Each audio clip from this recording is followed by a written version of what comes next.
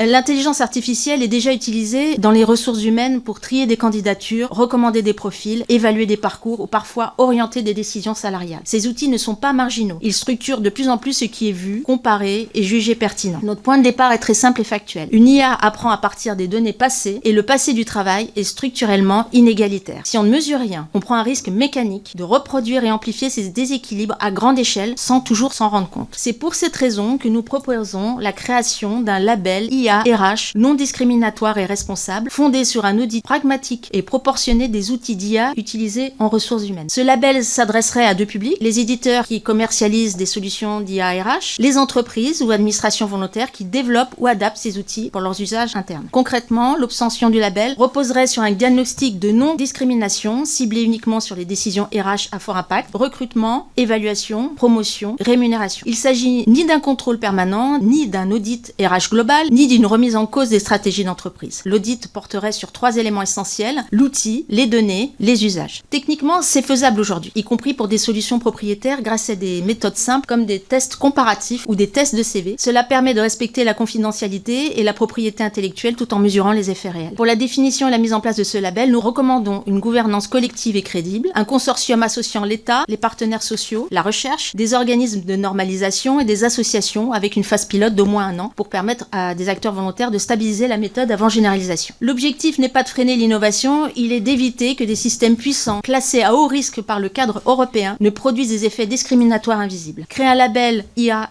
RH non discriminatoire et responsable serait créer un outil de transparence, de confiance et de performance au service de l'égalité professionnelle et de la qualité des décisions RH. Alors bien sûr, l'impact de l'IA sur le travail, notamment le travail des femmes, ne s'arrête pas au processus de recrutement. Ce n'est pas le sujet principal de mon intervention, car il est très large, mais je tiens à l'évoquer ici. Alors qu'en France, les femmes gagnent déjà en moyenne moins que les hommes, non pas principalement en raison de leur genre, mais parce qu'elles sont surreprésentées dans des emplois moins rémunérés et plus souvent à temps partiel, l'arrivée massive de l'intelligence artificielle dans le monde du travail pourrait, en l'absence de garde-fous, accentuer très rapidement ces écarts. Les premières études prospectives indiquent que l'effet de l'automatisation et l'IA produira des inégalités de rémunération entre les femmes et les hommes qui pourraient augmenter de 20 à 25% en l'espace de 5 ans. En quelques années, l'IA pourrait donc effacer des décennies de progrès et c'est maintenant qu'il faut agir.